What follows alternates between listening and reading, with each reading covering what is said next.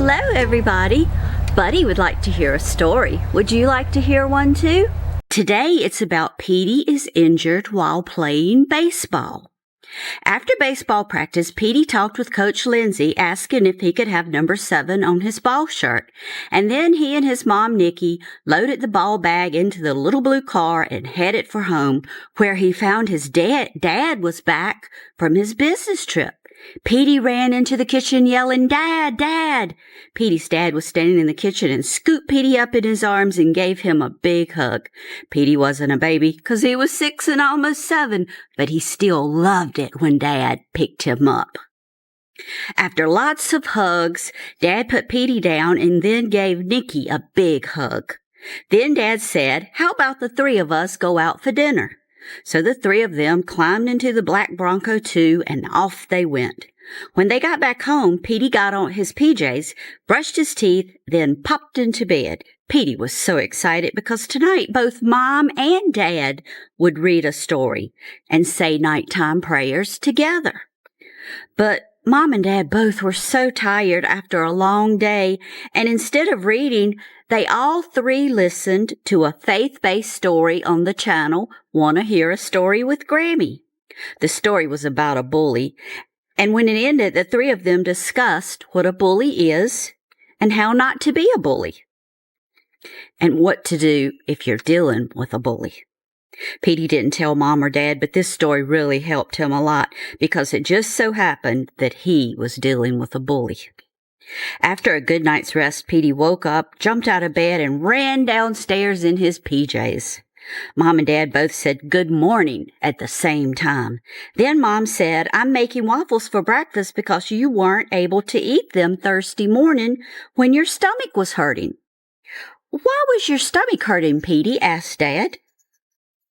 Petey said, "Aw, Dad, I think I was just a little nervous about something I had going on that day, but I prayed for God to help me, and He did." Dad said, "Yes, Petey, God is always just a prayer away."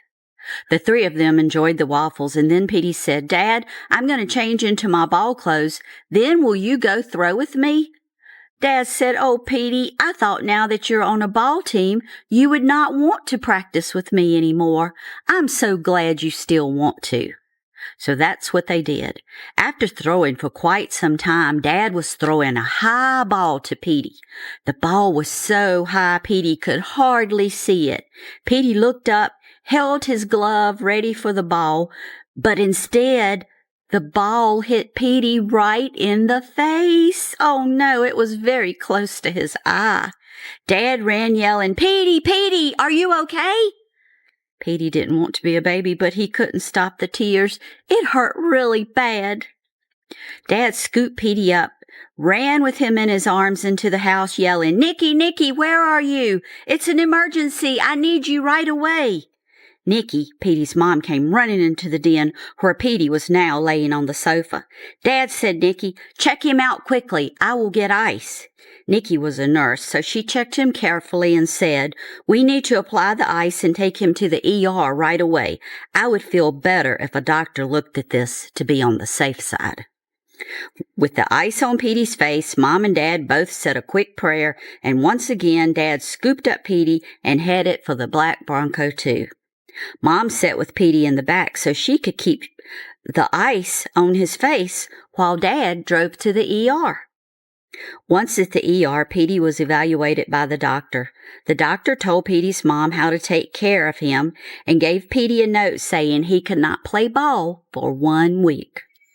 Monday morning, Petey got up, looked in the mirror, and his eye was now black all around it.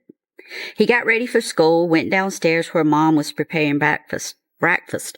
Mom said, "I'll be there to pick you up at 3 today, Petey, since you won't be able to stay for ball practice."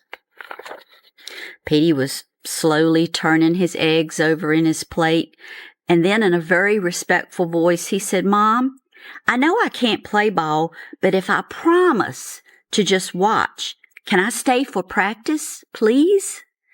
Mom was thoughtful for a minute, and then she told Petey, "As long as you promise to sit in the dugout and not touch the ball." So when the clock clicked to 3, Petey got his book bag and headed out to the ball field. He didn't stop by the locker room because he didn't need to change into his ball clothes today. He went out to the ball field and found Coach Lindsay setting up bases. Once he got back closer to the dugout, Petey walked up to Coach Lindsay and gave him the note from the doctor.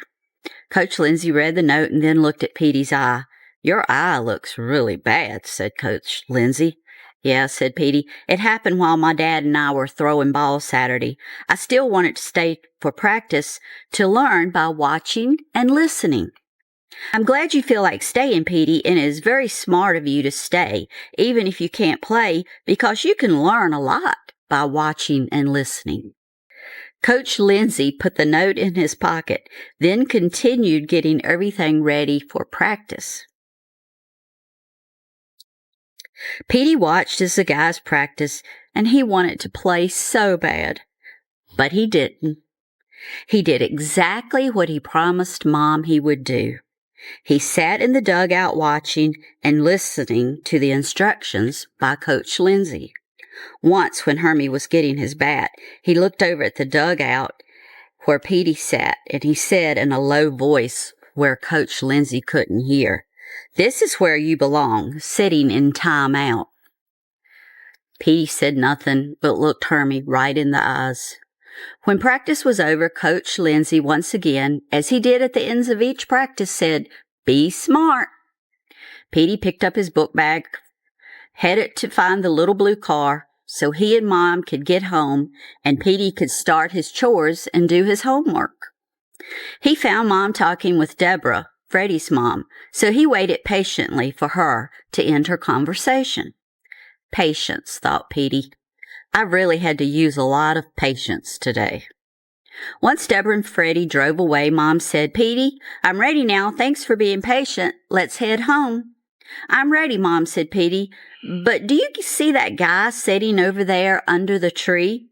That's Hermie, and his ride isn't here yet. I hate to leave him here alone."